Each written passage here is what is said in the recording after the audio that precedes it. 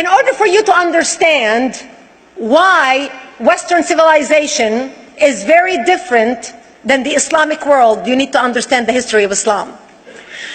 When Prophet Muhammad supposedly revealed his revelation from the angel Gabriel that he is supposed to be the last of the prophets in the early 600s, he started preaching in his own city, Mecca. He tried to recruit friends and followers to be able to spread his religion. And he tried for 12 years and failed. And after 12 years, he was only able to recruit his immediate family and friends. So he decided, if I go to Medina, which was the Jewish hub of Arabia, the business hub where the Jews lived, if I go there and preach my religion to them, if they accept me, that will buy me respect and stature between my own people, and they will accept me. So Prophet Muhammad started borrowing a lot from the Old Testament to make his religion more palatable to the Jews, to make it a lot similar. This is why you see a lot of similarities between Judaism and Islam. For example, Jews don't eat pigs, Muslims don't eat pigs. Jews pray a few times a day, Muslims pray a few times a day. Jews fast on Yom Kippur, Muslims fast on Ramadan. And this is why you started seeing a lot of good writing in the beginning of the Quran when Prophet Muhammad was saying all the good things about the people of the book. He took his message and went to Medina trying to recruit the Jews, talking about the people of the book, talking about how similar the two religions are.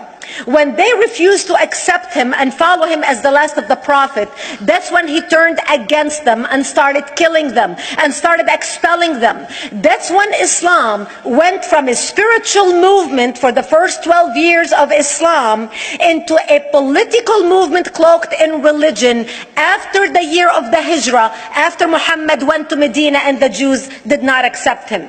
He became a military warrior and declared war on them and started expelling them. Jews and Christians became dhimmi, or second-class citizens. They were only allowed to stay alive and not be killed only by paying the jizya, or the protection tax. So they had a choice: convert to Islam, or if you want to stay alive, you have to pay the jizya or protection tax, living as dhimmi in the Islamic nation. Christians and Jews could not ring church bells. Jews could not blow the shofar. Christians could not ring church bells. They could not pray publicly. Christians and Jews could not gather together and build new churches or new temples. And the way they paid the jizya, or the protection tax, was in a monthly ceremony where they would get together downtown and the Jew would kneel on his knee and hand his goods to the mullah, who would take the goods as the price for buying the protection. And in many areas, Jews and Christians were given necklaces to wear as a receipt that they paid their jizya, or their protection tax. Jews considered najis under Islam. Najis is bodily fluid. Najis is garbage. Najis is dogs. Najis is dirty. So Christians and Jews were treated as second-class citizens. Islam continued to grow. As Islam grew, more people became dhimmi, or second-class citizens. Jews and Christians were given identifiable clothing. The yellow star, which was given to the Jews, that most people think is a German invention. It was actually an Islamic invention in the 9th century in Iraq by the second Khalif al-Mutawakkil of Iraq, who invented the yellow star for the Jews to be identified as they walked down the street. Because Jews were considered najis, if a Muslim man or a Jew walked on the same side of the street, the Jew had to cross the other side so the Muslim man can walk, so he's not dirtied by the filth of the Jew. Christians were given the zunnar, the belt, which most of you men are wearing right now. That was an Islamic invention for the Christians. Islam continued to grow. They went all the way to Jerusalem. They conquered Jerusalem. Christians couldn't ring their church bells in Jerusalem. The Pope in Rome in 1090 told the Christians, how could you sit idly by and allow your brethren to suffer like this in the Holy Land? You need to go liberate the Christians. You need to go help the Christians. That's why the Crusaders were launched. The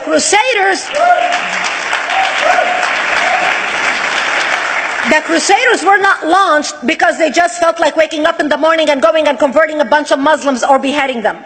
The Crusaders were launched to liberate Jerusalem.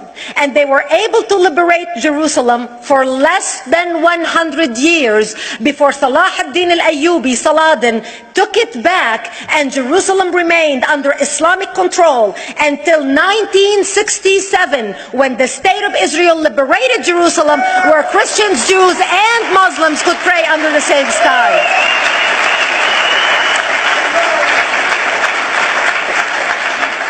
The Crusaders continued fighting Islam, and for 300 years they tried and failed. And by the 1300s, the Crusaders disappeared because they could not win against Islam. Islam continued to expand. They went all the way to Central Europe. They went all the way to China. They went to India. They conquered Spain. They changed the name of Spain from Spain to Andalusia.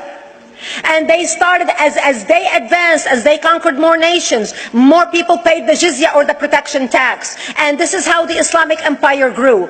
It went all the way until they was stopped at the gates of Vienna on 9/11.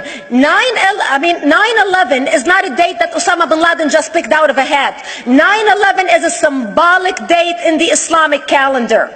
Between the 1600s, Islam had covered more of the earth's surface than the Roman Empire did at its peak. Between the 1600s and the 1800s, the Europeans were experiencing the European Industrial Revolution, where the Europeans were able to invent products on factory lines, where they are able to make money and sell products, which gave them the money to build a strong army in order to fight the Muslims. And that's how they were able to stop them at the gates of Vienna on 9/11. The Europeans started the pushback against Islam. They pushed them out of Europe. They pushed them out of all the way to the Middle East and North Africa. By 1924, the Islamic Empire ended. In 1924, the Islamic Caliphate ended in Turkey by President Ataturk, who was a secularist.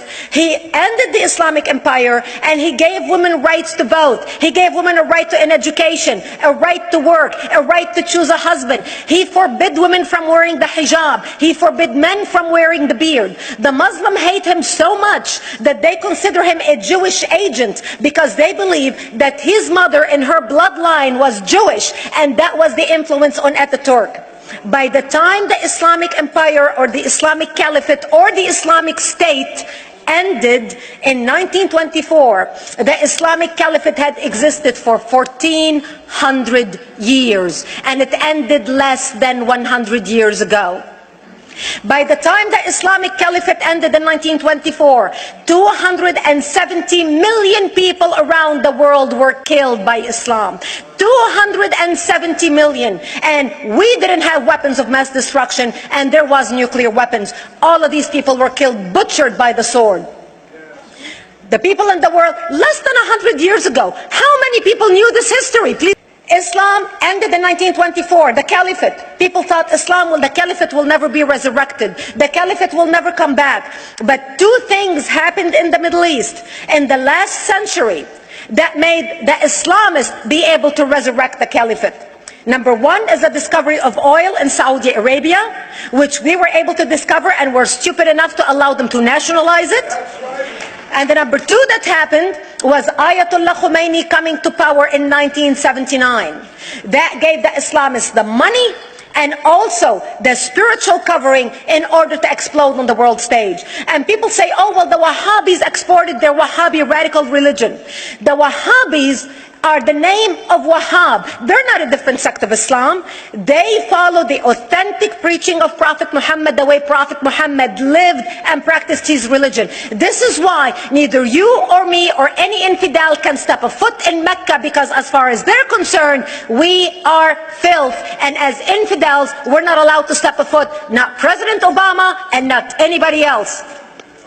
As a matter of fact, Al-Qaeda used to use Saudi Arabia and its success as an excuse to recruit members, as the example to show them how Allah has blessed Saudi Arabia because of the way they adhered to the tenets of Islam. And today we talk about ISIS. ISIS is not a new invention. ISIS resurrected the caliphate that ended less than 100 years ago. Except we are too ignorant and too uninformed to understand what ISIS is doing and why ISIS is succeeding.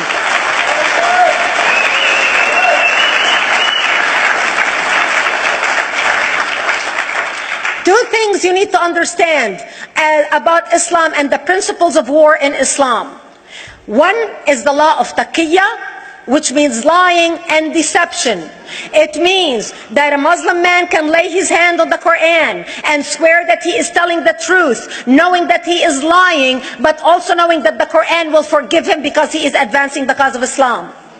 The second thing you need to know about is that the Treaty of Al-Hudaybiyah, which is an Islamic principle of war and a model on how to deceive your enemy when you have to sign peace treaties with your enemy. And it is based on an example by Prophet Muhammad. Prophet Muhammad was attacking the Meccans and their caravans when he was living in Medina. One day he attacked them because this is how he got the goodies. He would attack them, rob them, and spread the goodies among his men. And this is how he was able to recruit, because this is how people made money, without working.